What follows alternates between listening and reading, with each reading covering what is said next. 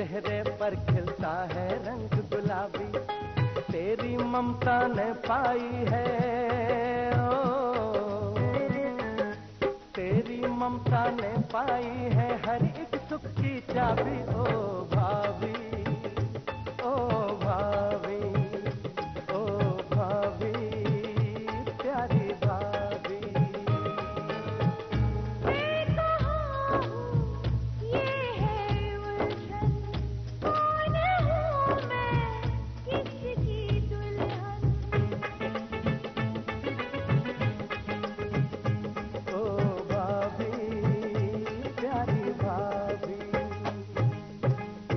जी मुझे एक एड निकलवाना था आपके लॉस्ट एंड फाउंड कॉलम में। नाम है डॉक्टर प्रकाश। इस खूबसूरती में तब 4 चांद लगेंगे जब तुम गले में मंगलसूत्र पहनकर मेरे घर आओगे। मैं राकेश के फैसले से सहमत हूँ। मुझे अपनी देवरानी की डोली लाने का अधिकार नहीं दोगी? सलमान भाई क्या बात कर रहे हैं सलमान भाई? नहीं, आपके लोन के कागजात कल साइन हो जाएंगे, परसों आपके हाथ में पैसे। अच्छा, वो लखनऊ की पार्टी के पेपर तैयार किए? हाँ जी, ये पेपर है, इन पेपर्स पे जरा साइन कर लो। कंपनी से 50 लाख का लोन पास करवा लिए। तुम अच्छी तरह जानते हो तिवारी, तुम्हें क्या करना है। ये फाइल देखिए। अरे जी, इतना बड़ा अमाउंट? तिवारी जी, ये पैसों का मामला है। प्रमोद बाबू तो चलिए बाहर के आदमी हैं, लेकिन आप। वाह बाबूजी वाह, आखिर आपने बता ही दिया कि हम बाहर के हैं। बिजनेस में रिश्तेदारी के कोई माने नहीं होते। अब तक चेक कटा नहीं है ना, तो कैसे कर लीजिए इस लोन को? मैं पूछ रही हूँ ये क्या हो रहा है? दिखता नहीं है, अपना सामान पैक कर रहा हूँ। मैं सीमा के घर गया था। सीमा मिली? उसका मंगेतर मिला। मेरे लिए यही बेहतर होगा कि मैं अब सीमा को भूल जाऊं।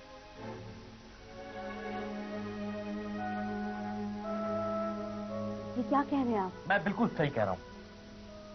मुझे उसके घर नहीं जाना चाहिए था। सीमा का पीछा, इसी वजह से मैं किसी भी काम में ध्यान नहीं लगा पा रहा हूं। देखिए, आप अपने मकसद से हट रहे हैं। नहीं नहीं नहीं, मेरा मकसद कुछ और। मैंने डॉक्टर प्रकाश के नाम अखबारों में इश्तिहार दे दिए हैं, बहुत जल्द जवाब मिल जाएगा। उसके बाद हम लोग डॉक्टर प्रकाश से मिल पाएंगे। मेरा मतलब है आप डॉक्टर प्रकाश से मिल पाएंगे।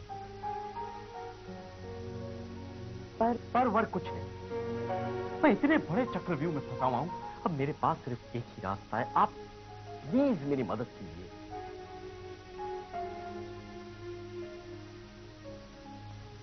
मेरी वजह से भाऊजी को कितनी तकलीफ पहुंची, कितनी उम्मीदें रखते वो मुझसे, और आज मेरी वजह से फूफा जी को भाऊजी की बातें सुननी पड़ी। मुझे बिल्कुल अच्छा नहीं लगा। आप तो फूफा जी को जानती है ना। देखिए, आप निराश मत होइए, मैं आपके साथ हूं। चलिए जाके फूफा जी को मनाते हैं। ऐसे क्या दिख रहे हैं? कभी कभी ऐसा लगता है जैसे कि आप। क्या? कुछ नहीं, थैंक्स।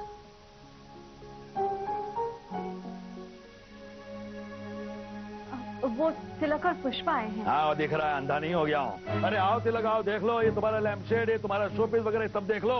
भाई इतना ही सामान था ना जब हमने कमरा ऑक्यूपाई किया था। जी मुझे कुछ समझ में नहीं आ रहा है। नहीं भैया, अभी हम जा रहे हैं ना, तो चाहो तो चेक कर लो, चाहो तो हमारी बैग चेक कर लो।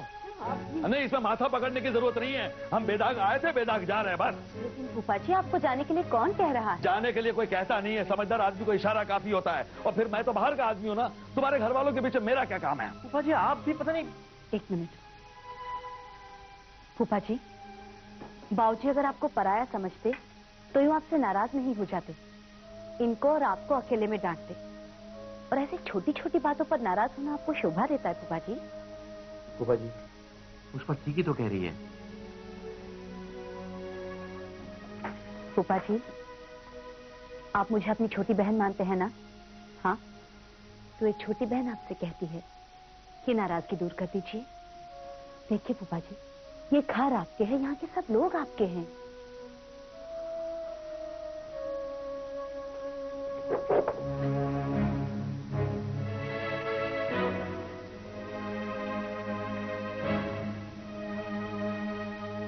घर में यही एक लड़की समझदार है, लेकिन कांता मैं कसम खाता हूं कि आज के बाद में तुम्हारे घर वालों के बीच में ना तो कभी बोलूंगा ना कुछ कहूंगा। बस सुनो, ये सामान निकाल के अलमारी में रख दो।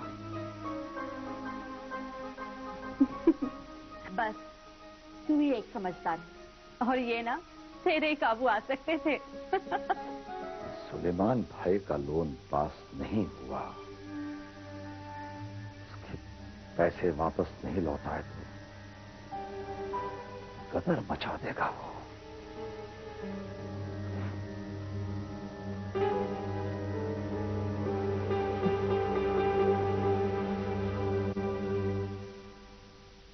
ओ ये क्या बात है? अमा तुम इंसान हो या कौन हो? हाँ, न सलाम न दुआ, तमीज नाम की कोई चीज है तुम में? मैं किसी से कुछ नहीं बोलता फूफा जी। तो फिर क्या करने आते हो भाई? न काम न काज, जब जी चाह तब चले आते हो। हाँ, किसी की जासूसी तो नहीं कर रहे तुम? फूफा जी, ये मेरा घर है। अमा अगर ये घर है तो इसे घर समझ के आया करो, इसे सराय तो मत बनाओ। आप भी तो यहाँ रह रहे हैं फूफा जी, क्या समझते हैं, घर या सराय?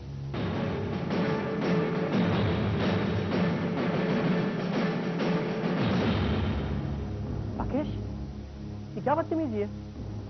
बड़ों से ऐसी बातें की जाती है? मैंने ऐसी कोई बात नहीं की, सिर्फ फूफा जी की बात का जवाब दिया है। चलो फूफा जी से माफी मांगो। राकेश, तुमने सुना नहीं? राकेश देखो, फूफा जी तुमसे हार लिहाज में बड़े हैं, तुमने जो कुछ भी कहा उसके लिए तुम माफी मांग लो। तुम्हारे सलाह और मशवरे की कोई जरूरत नहीं है, और मैं तुम्हें पहले भी कह चुका हूँ, मेरे मामले में बोलने की कोई जरूरत नहीं है तुम्हें। और फूफा जी, मेरा कोई इंटेंशन नहीं था आपको कुछ कहने का, अगर आपको बुरा लगा हो तो सॉरी। देखे तेवर, देखे इसके, देखे। आप भी ना। राकेश दिन बर दिन बदतमीज होता जा रहा है। फूफा जी, I'm very sorry। मैं बाबूजी से बात करूंगा। आप बात को ज्यादा आगे मत बढ़ाइएगा प्लीज।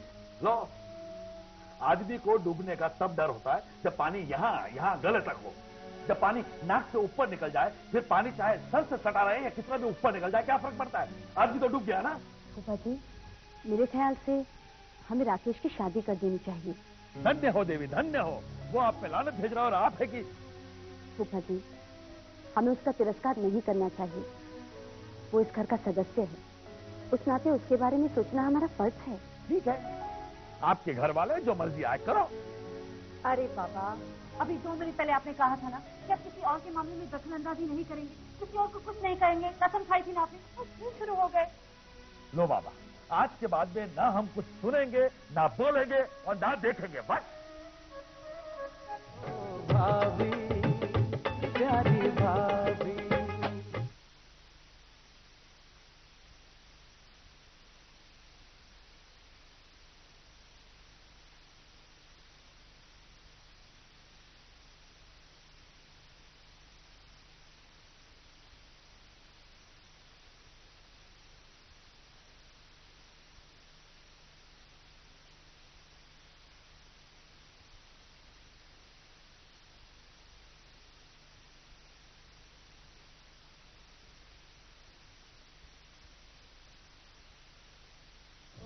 भाभी, प्यारी भाभी। भाभी, एक बात बोलूं मैं आपसे? भाभी, वो राकेश भैया है ना, आप उनसे बात मत किया कीजिए, वो बड़े ही बदतमीज है। और वो सुनैना, वो तो उससे भी ज्यादा बदतमीज है। सारंगी, तू सुनैना को जानती है? जी भाभी, मैं एक बार उसके घर गई थी, बात करने की भी तमीज नहीं उसे। इसका मतलब है कि तुझे सुनैना का घर भी पता है। जी भाभी। सारंगी, मेरा एक काम करेगी? जी बोलिए भाभी। तू मुझे सुनैना के घर ले चल। भाभी, मेरी तो ये सलाह है आपसे कि आप भी सुनैना के घर नहीं जाइए। इसका मतलब है तो मेरा काम नहीं करेगी। कैसी बात करती है भाभी आप? मैं तो आपके लिए कुछ भी करने के लिए तैयार हूँ। बस जी, तो मुझे सुनैना के घर ले जाएंगे। लेकिन ठीक है, अच्छा मैं ये सारा काम निपटा लेती हूँ, फिर चाय जी से पूछ के। समझी, इस घर में किसी को पता नहीं चलना चाहिए कि हम सुनैना के घर जा रहे हैं। ठीक है? ठीक है भाभी। हाय रश्मि, कांग्रेचुलेशन। रश्मि, तूने अपनी शादी की बात मुझसे छुपा कर रखी। तू मुझसे बात मत कर। हेलो, अब ऐसे मुंह मत बनाओ। Okay, I am sorry. Sorry? अच्छा बाबा, कान पकड़े। I am sorry sorry sorry. Rashmi, हंस देना। गुड्डू, अब मैं कुछ ही दिनों की मेहमान हूँ। मुझे जो लड़के वाले देखने आए थे उन्होंने हाँ कर दी है। अब मैं कुछ ही दिनों में शादी करके अमेरिका भी चली जाऊंगी। देख, अब तुमसे लड़ा मत कर। अगर इस बार मैं रूठ गई ना तो तुम मुझे मना नहीं पाएगी। मैडम, हम तो आपको प्यार भी बहुत करेंगे और आपसे लड़ेंगे भी बहुत। और फिर आप रूठ कर तो देखिए, मनाना हमने अच्छी तरह आता है। तो फिर सुखी को क्यों नहीं मना लेती? गुड्डो, हम दोनों का एक सपना था कि हम दोनों की शादी एक ही मंडप में। किस्मत के लिखे कोई नहीं टाल सकता। देख गुड्डो, अपनी जिद तो किस्मत का नाम लेकर बात को टालने की कोशिश मत कर। रश्मि, तू मुझे बार बार उस रास्ते पर चलने के लिए क्यों कह रही है जिस रास्ते पर मुझे चलना ही नहीं? तू झूठ बोली है मुझसे, और उससे ज्यादा खुद से। नहीं, मैं सुखी से प्यार नहीं करती, नहीं करती, नहीं करती। तेरा भरा गला, तेरी आवाज में भारीपन इस तरफ इशारा कर रहा है कि तू सुखी से प्यार करती है, बहुत प्यार करती है।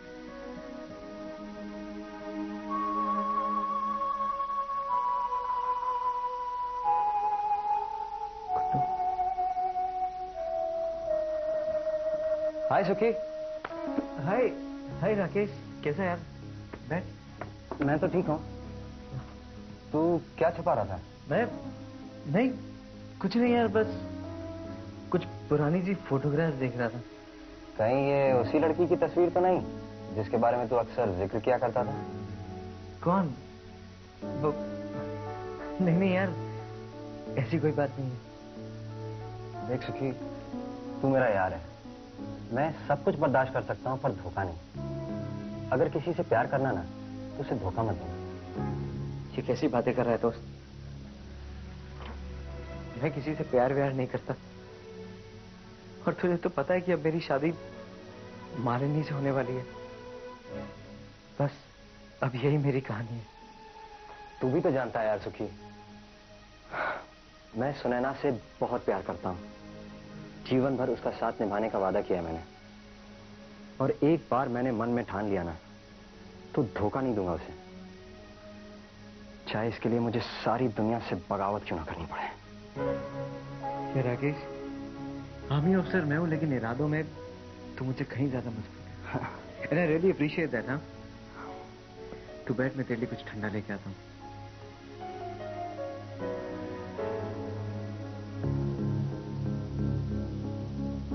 सुखी मुझसे कुछ छुपा रहा है।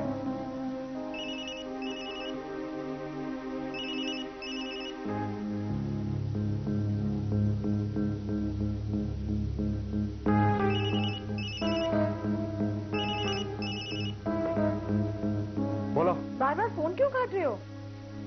तुम्हारी प्रॉब्लम क्या है? देखो, अब ऐसे गुस्सा तो मत होना। मैं बिल्कुल ठीक हूँ। बोलो, किस लिए फोन किया था? तुम जल्दी से मुझे मेरे घर पर आकर मिलो, मैं तुमसे मिलना चाहती हूँ। मैं बहुत बिजी हूँ, मैं नहीं आ सकता। क्या है बिजी हूँ बिजी हूँ बिजी हूँ? तुम 15 मिनट के अंदर मुझे घर पर आकर मिलो, वरना तुम जानते हो कि मैं क्या कर सकती हूँ। देखो सुनैना, प्लीज। मैंने कहा ना, 15 मिनट। बाय। ओफो यार। खिले भाई, किसका फोन था? सुनैना का। झगड़ा हुआ क्या? हाँ यार, पर इस सारे झगड़े की जड़ वो औरत है जो मेरे घर में आसन जमाए बैठी है। लेकिन मैं सुनैना को उस घर की बहू बना कर रहा हूँ। और सीमा को भी तो न्याय दिलाना है। देखो राकेश, प्लीज गुस्से में कोई ऐसा कदम मत। नहीं सुखी, मैं प्यार और प्यार करने वालों की बहुत कदर करता हूँ। अगर आज मुझे पता चल जाए ना कि तू भी किसी के दबाव में आकर अपने प्यार को ठुकरा कर कहीं और शादी कर रहा है, तो तेरी कसम यार, दोस्ती तोड़कर चला जाऊंगा। मैं चलता हूँ यार। राकेश, ये पीता तो जाए यार। नहीं यार, तू सुनैना को तो जानता ही है, सरफरी लड़की है। बोलिए 15 मिनट में पहुंच जाओ, वरना नहीं क्या करेगी।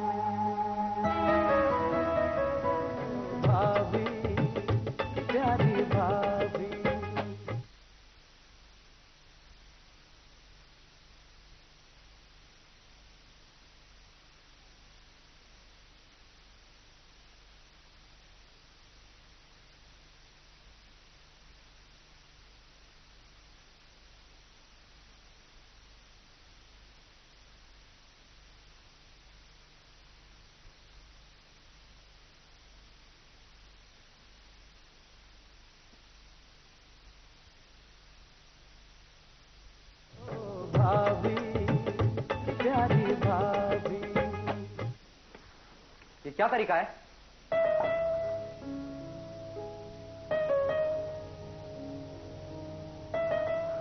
अब ऐसे क्या देख रहे हो?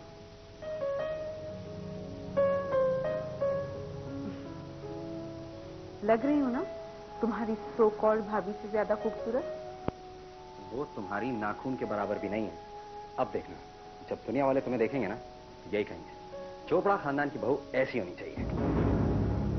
दुनिया वाले? मैं ये सब दुनिया वालों के लिए नहीं कर रही हूँ। अगर मैं अपने आप को बदल रही हूँ तो सिर्फ तुम्हारे लिए। सुनैना, तुम समझने की कोशिश क्यों नहीं करती? देखो, तुम्हारा उस घर में उस घर की बहू बनकर रहना तब तक बहुत जरूरी है जब तक वो औरत जो तिलक भैया की बीवी और चोपड़ा खानदान की बहू बनकर उस घर में रह रही है। ओह, तो तुम मुझे इस्तेमाल करना चाहते हो? नहीं सुनैना, ऐसी बात नहीं है। देखो, मैं तुमसे बहुत प्यार करता हूँ और इसीलिए मैं तुम्हें चोपड़ा खानदान की बहू का दर्जा दिलाना चाहता हूँ। मैं चाहता हूँ कि वो रुतबा, वो इज्जत तुम्हें मिले जिस पर वो औरत कब्जा करके बैठी है। तुम्हारा उस घर पे राज हो और वो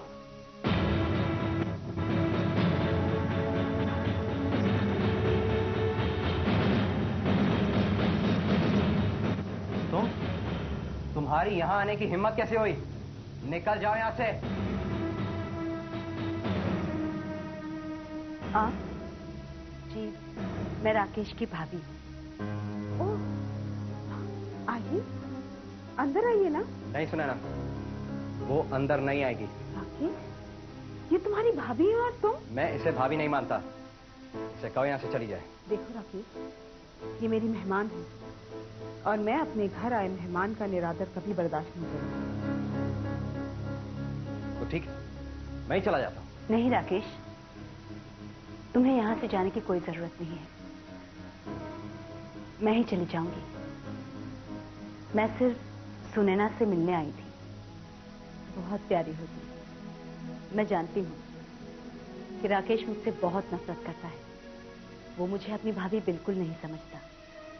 लेकिन राकेश, तुम मुझसे मेरी देवरानी पसंद करने का हक तो नहीं छीन सकते ना।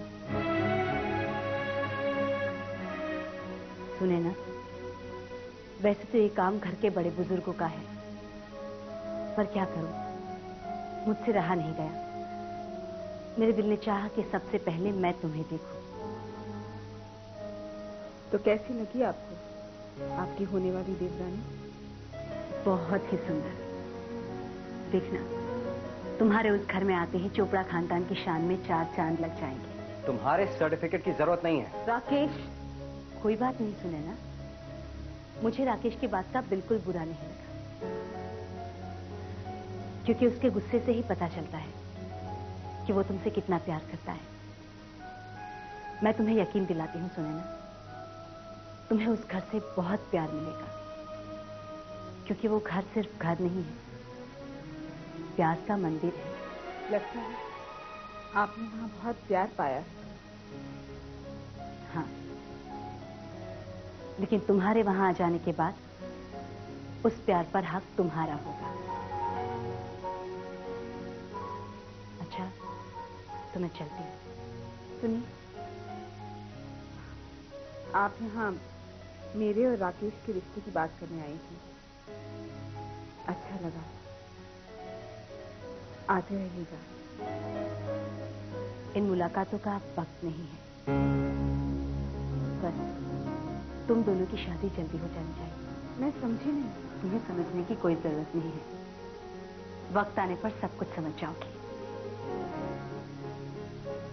मैं चलती हूँ।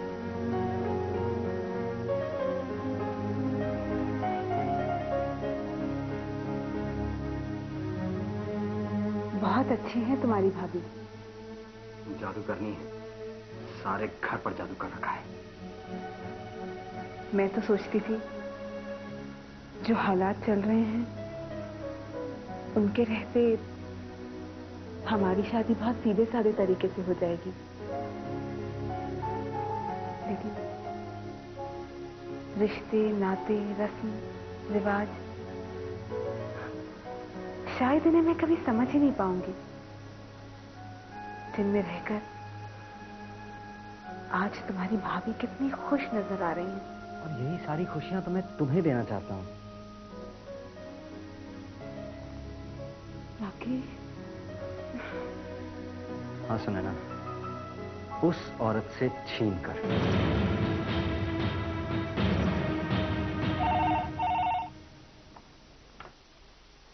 यस, गुप्ता या? गुप्ता जी, मैं तिलक चोपड़ा बोल रहा हूँ। ओहो मिस्टर तिलक, अच्छा हुआ आपने फोन किया। मैं आपको फोन करने वाला था। क्या डॉक्टर प्रकाश का पता चल गया?